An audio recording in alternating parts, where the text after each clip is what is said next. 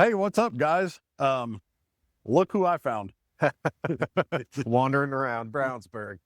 So it has been, I didn't do the math. We're winging this thing. Hopefully we do this in one take, but it's been like 5 months. Yeah, actually. Yeah.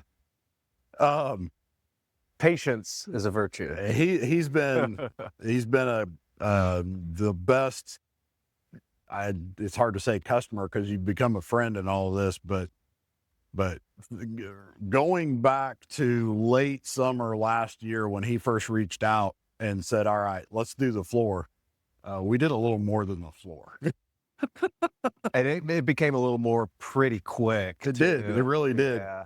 So this has been a progression. You know, it started as a soft floor, and then, hey, if we're going to tear the floor apart, well, you've got some problems with the slides. So now we're going to tear the slides apart. Oh, we've got a problem in the wall. Well, shit, if there's a problem in the wall, there's a problem in the roof. And we know we've got a problem with the air conditioning. I mean, it's just, and yeah, it's been a basket case. And the whole time, not just with you, but I don't know what you've been hearing because we haven't talked a lot about that, but I can tell you every time I put something on Facebook about this is what we're doing, the first question is, hey, moron, why didn't you just buy a new camper? I have seen that. I try not to get too engaged. I'll give it to you. You're a lot more calm on social media than I probably would be, but well, I'm typing. You can't hear me. I'm typing. Ask my wife how calm I am sometimes. I see those questions and sometimes I want to respond, and I know if you have to ask the question, then I probably am not going to be able to explain it to you well enough to understand why we're doing this. And I've seen just so many. I watched a video today. Am I allowed to name drop other YouTubers? Sure. I think her name was Liz Awesome. Have you ever heard of her? She was doing a video with a couple who had flown in from Alabama, actually to the Keystone headquarters. And I mean, they'd done it like 3 times. They had a 5th wheel. I did see that. Oh, man. I saw that. Completely macked out. Yeah. Customized. Yes. Yeah. So I'm on the edge. I'm on the fence here, because if you're going to get a camper, I don't care if it's brand new, you've got to understand that you're going to have some problems. Even if it's a brand new camper from the factory, that's just how it is. And also, yeah, they're getting really shoddy with their manufacturing. So I understand they have to make money too. That's why we're doing this. Exactly. So I didn't want to go buy another one. It doesn't matter what camper you get, there's going to be some kind of problem with it, just plain and simple. And then on top of that, you still have shoddy construction where you're going to have condensation, just basic condensation from weather elements that ruin your camper. Nothing you could even do about it. So, you think we're going to have condensation in this thing? I don't think we are. I really don't. I also think that campers have about a 10-year life, really.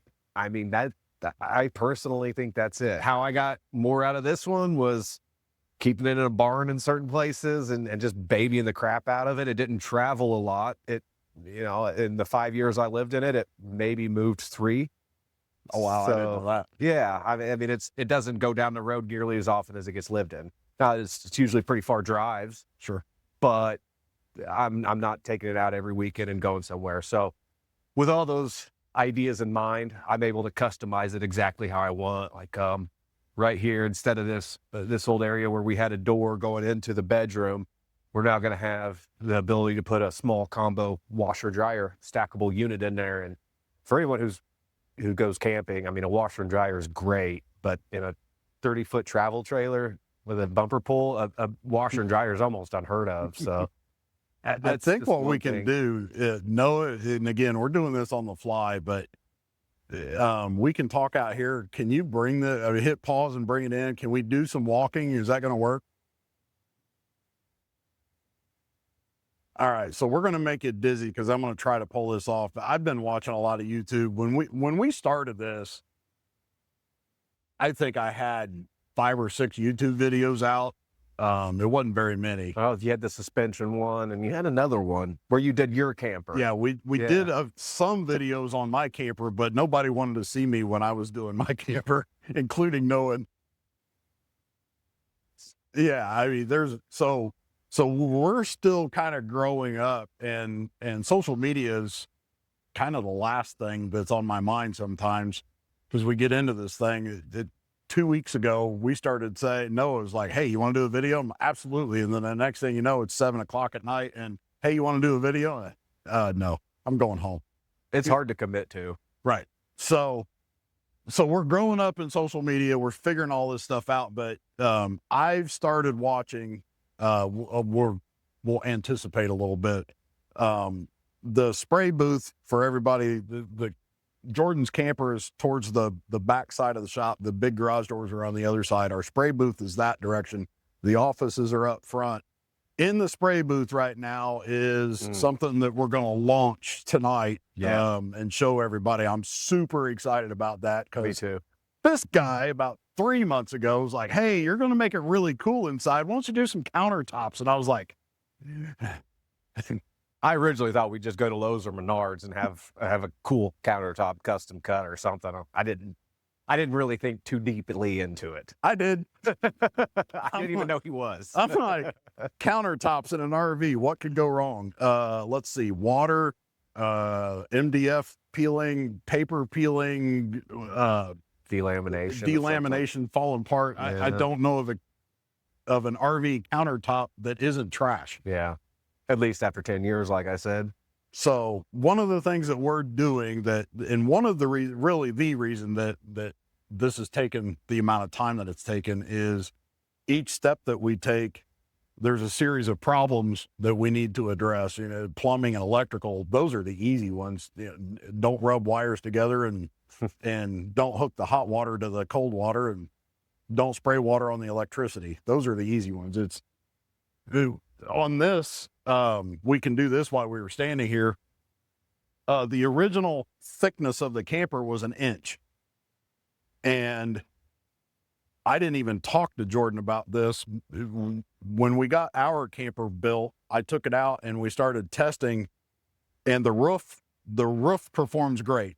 No heat's coming out of the roof. There's 4 inches of insulation up there. Everything's good.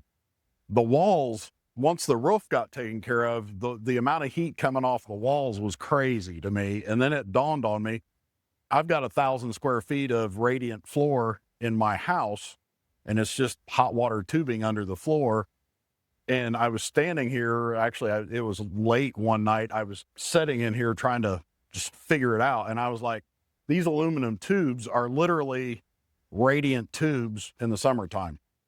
So the sun blasts on the outside of the camper, the tubes get hot, and the tubes get hot. There's no insulation between the outside and the inside where the tubes are. So now the tubes are giving all their You're heat living up. in a toaster. You're literally living in a toaster. I've said that. So I was like, all right, guys, so here's the deal. We're going to skin this thing, and then we're going to put another inch of rigid foam on the outside because we've got the width. We're still within DOT requirements. And that extra inch of rigid foam on the outside is going to drastically reduce the amount of thermal bridging that goes from the outside skin to the inside skin. Yeah. That was fine on the other side. I think you guys did that in 2 days?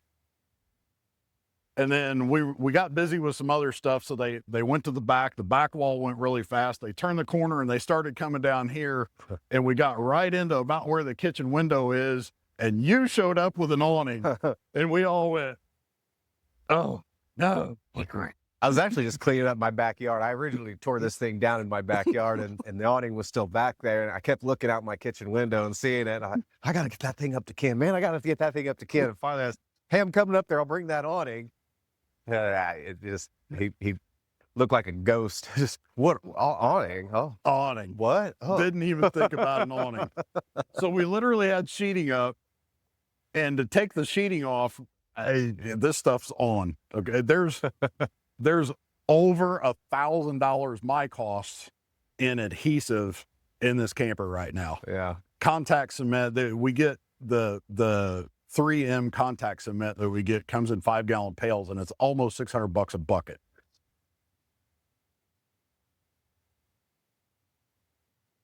Yeah, it's amazing how stuck it sticks once it's on. So taking the insulation off was literally, we're gonna have to tear this thing back down. So anyway, and the awning arms, the problem is by adding 2 more inches, we're still inside DOT requirement, but those awning arms are bigger. So putting the awning on the outside was going to make us over the DOT. That's not an option. Right. And the crazy thing is we were going to be over by about an inch. Yeah. So There you go. we literally came in and hand cut.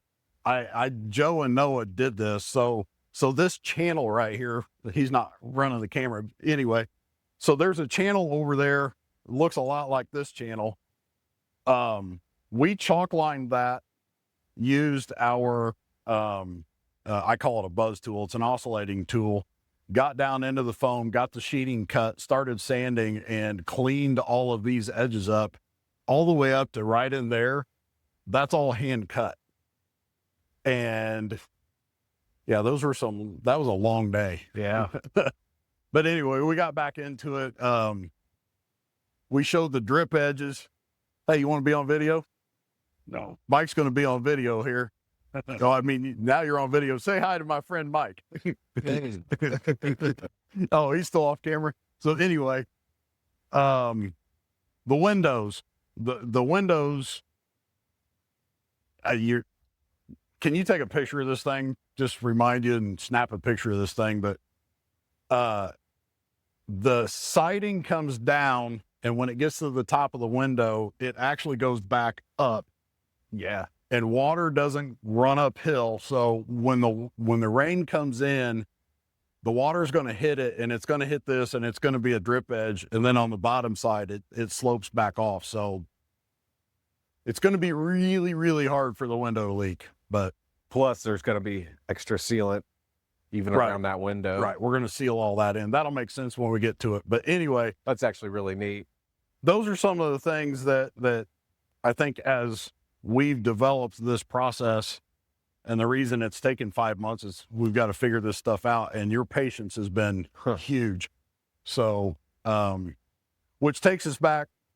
Stay tuned, because we're going to go launch the stuff in the booth here, but we're going to hit pause for a second, and then we're going to go in and let's do a quick walk around of where we're at on the front of the camper. All right. Hey, so we're back. We're standing in the kitchen, living room. Kitchen dinette. He's in the dinette. I'm in the kitchen. This is where the sink would be. Stove, microwave. Gotcha. See, when I got this was all gone. Yeah. The only thing left, you couldn't get that cabinet out. Yeah. And we ended up taking it out. And this is the cool stuff about Patience and why it's been so good working with him. We've had time to go in and figure out how to rebuild these cabinets and not spend massive amounts of money. Yeah, taking them out in one piece. How do they go in? There's all kinds of stuff. But now that we've figured out that, one of the things that we had to figure out on that big slide is how are we going to get 3/4 inch marine grade plywood 14 feet long? And come to find out, we found the 3M 5010. I told a guy today that we were going to go through some of the details, but the adhesives that we use is 3M 5010. That's a huge one. It's a polyurethane adhesive in a caulk tube, and you're seeing some of the strength in it. When we glue this in, set the panel, we put some brad nails in it, but the brad nails are really just there more as a clamp kind of thing. Because once that glue sets up, if you try to pull it apart, you're literally going to destroy the wood. That's actually a piece of it, a little sliver of and it right here. It still stays kind of flexible. It's crazy stuff. Technology. Yeah. And that's actually technology. So here's the thing. Polyurea has been around a while. This floor, the only thing wrong with this floor was it got water in it. If it never had water in it, it never would have delaminated. If it hadn't delaminated, we wouldn't be doing this. So polyurea, spraying this floor is a brainless step. And if it's empty, it took a couple of hours to prep this thing to spray, and it had the walls in it. These things are built. The floor is the first thing that's on. So before the floors are built, why don't they just spray them? Dollar bills. Well, yeah. So anyway, the floor is waterproof. And when we did the first layer on this, so that as we build, everything's setting on waterproof. As we glue some of this stuff in, the polyurethane glue and the polyurea weld themselves together, so it gets really stiff. Yeah, I don't know if you can see here, but like even in the corners where this is seam sealed, that wouldn't be like that in a normal camper. You would have a wall fastened down to a floor that's Right. not even waterproof. Right. So in the event that a compressor leaked any water or whatever, in a refrigerator right here where the refrigerator goes, it's just going in and just straight into that subfloor. Well, yeah, the rotting subfloor, the wall, Yeah. everything. It's rotting right away, Right. Right. As soon as it hits. So if the slide seal leaks, if something leaks in it, I mean, let's face it, they're in the elements. I can't predict what's going to happen, but what we're trying to do, we're going to spray all of this in. So if the sink leaks inside, I was going to mention that. we're going to spray the cabinets in. So if it leaks, it's actually going to leak into basically a little kiddie pool. Yeah. If it leaks out here, it's not going to go underneath the cabinets because we're going to spray that lip in there. If the refrigerator leaks out here, it's not going to seep into the bathroom because the shower is right on the other side of that. So Yeah. This would actually have to fill up all the way to here. Yep. Before it started leaking out. So Yeah, if you've so- got that much water and you've got a big problem. yeah, you've got way bigger problems than a whatever's going on there. But anyway, so that's what we're not gonna ramble on for hours on end here. But does anything else jump out to you? Now, having this bathtub in essentially is really big, I think. Because any other time you would have had, if you would have winterized it or improperly winterized it, you had a bust, and then you didn't realize it busted. It's just sitting there filling up with any of your RV antifreeze or whatever. It's not going to rot your subfloor out anymore. It's just going to pool up in there, and you can suck it out or mop it out, whatever. That's really big, and doing that in areas like we'll show you here in the bathroom too. Having that ability is great. One of the things that I wanted to do, I don't like RV antifreeze. I've spent tons and tons of time in the chemical industry and in water treatment. And when you put RV antifreeze in, RV antifreeze starts to break out down and it starts to form glycolic acid and a bunch of other stuff. And it eats fittings. It does bad stuff. So this camper is going to be plumbed. So in the belly of the camper, there won't be any fittings at all. Any fittings that are in the camper are going to be above this. There's going to be a low point drain that will allow you to open the fixtures up. Worst case scenario, you can open the fixtures up and literally drain the water into where it's just PEX. There's no fittings. It's just PEX, and PEX can freeze. It's not ideal, but it can freeze and it won't break. Everything's brass fittings, copper crimp rings, and the few places that we're going to have to transition to plumbing fixtures like faucets and stuff like that, it's all going to be residential. Speaking of residential, all of your boxes are in residential electrical boxes, residential plugs, none of the quick compression, redonkulous RV junk. Yeah, that is nice. So I sent you that picture of the wire going through the nose that the wood had rubbed off the insulation. Bare wire Bare wire in wood next to insulation. And it had gotten hot. Yeah. It was that close. It was kind of spooky. But anyway, we're going to hit pause again. We're going to set up in the kind of the bedroom, bathroom. Come on in. The water's fine. Okay, so I guess we're rolling. Right? Hope Noah can figure out how to edit this. So one of the things that is really cool, we fit the shower in today. Noah will get some stills, so it makes sense. But Jordan's standing inside his shower, and tell me what it used to be like. Oh, I would have to pull something off of here to do my hair, and I had about 3 minutes of hot water. So the water was literally coming out to about here. down on my chest. Okay. And yeah, and it was also up. I was also up about another foot. So So your head was almost hitting the ceiling. almost, yeah. Okay. As So- opposed to now. Yeah. So we moved the water from that side to this side, and I did that so that we could share a water line with the bathroom sink. We built the bathroom sink and cabinet all in together. We tied it into the walls so it's got some structure there, and we put we've got a new countertop. We're going to show you that in a minute, and we're talking about how we're going to do this floor. We'll show that in another video, but Yeah. next week the shower pan is in, the curb is mocked up. We're going to lay the rest of this in, and we're actually going to take our roofing material and we're going to tape this area off, and from here all the way into the shower, down to the bottom, out to the outside edge of the shower, and up to the ceiling in here.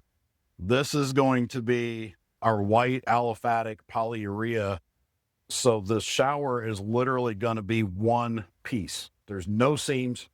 There's no place for it to ever leak. It would have to somehow destroy itself.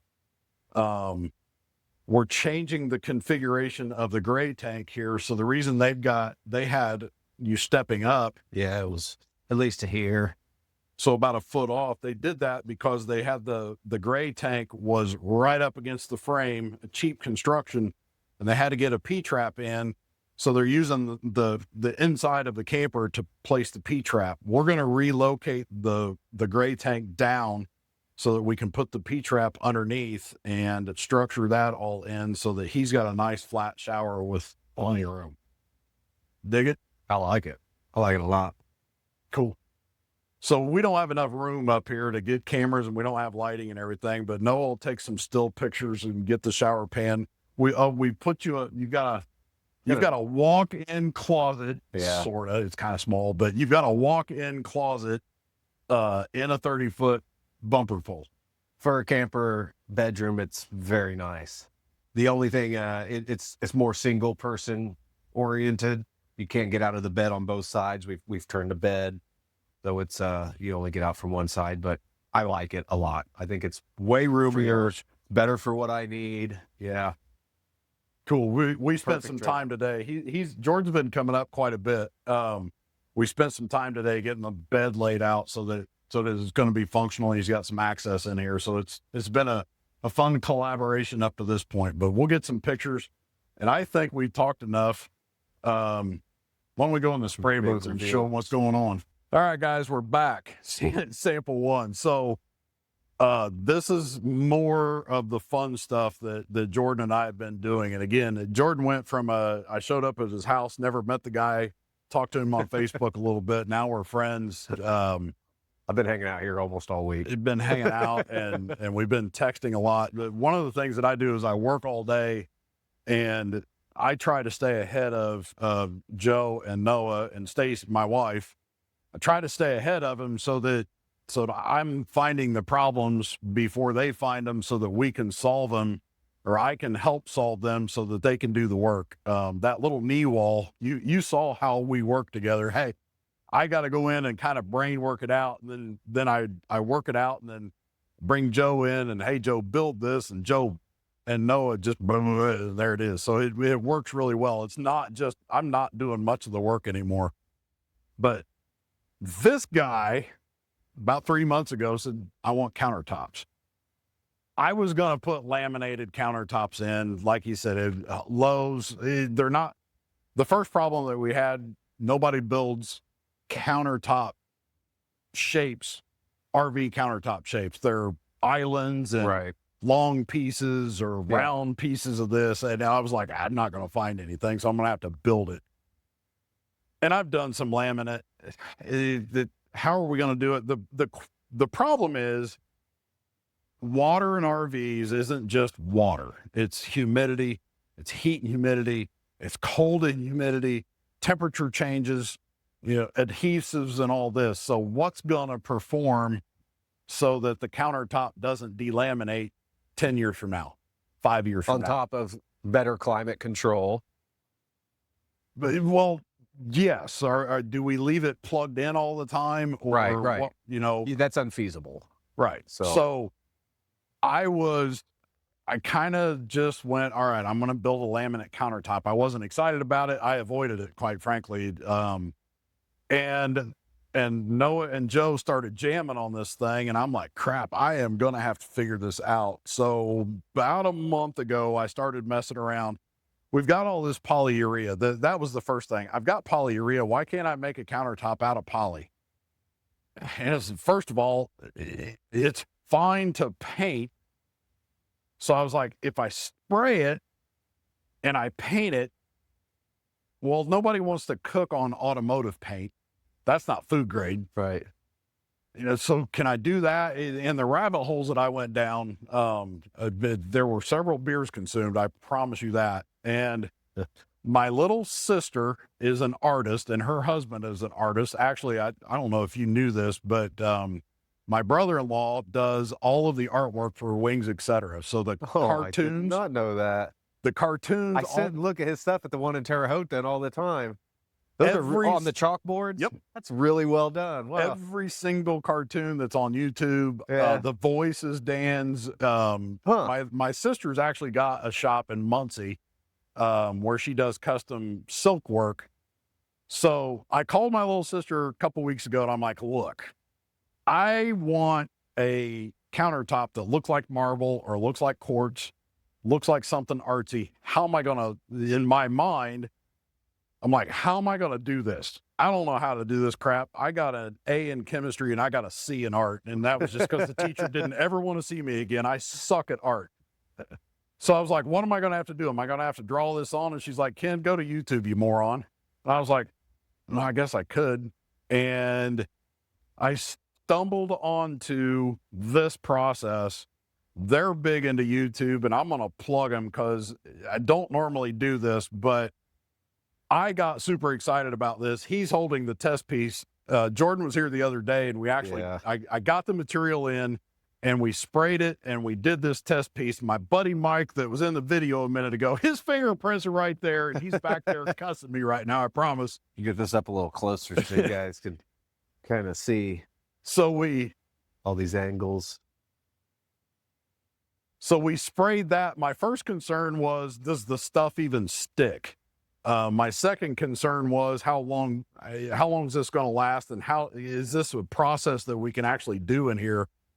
And then I started going down and checking out their videos. So it's Stone Coat Countertops is who I get the material from.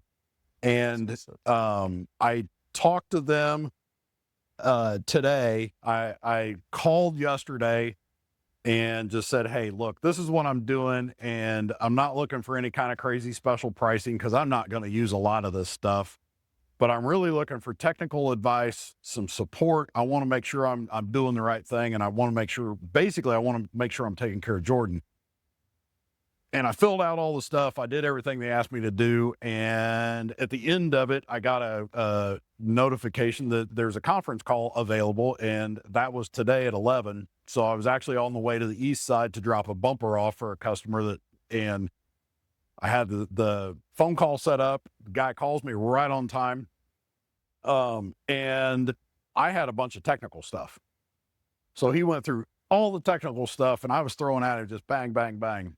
And super, super helpful, super technical, very supportive. It's a small business that's gotten pretty big. The stuff's manufactured here in the United States. The research and development's done in the United States. The chemical comes from the United States. All the people that are working around this, they're not taking stuff that they get from China, bringing it over here, repackaging it, and selling it. They're actually all doing it right here. And I was like, cool, let's do that. So he pretty much got done with the phone call and everything, set us up as a pro account. So that gives us some more technical support. So as a small business owner, I'm just blown away that we can produce this stuff. But so my process is, this is a board that we cut. This piece right here was original camper shape. This is exactly how it was shaped in the camper from before. We cut this out. I shaped it and everything. Then we bring it in here and we spray the bottom and the top. So we completely encapsulate the material. It's wood, but we completely encapsulate it with bed liner. You'll hear me say it all the time. Bed liner is not waterproof. Well, that's true.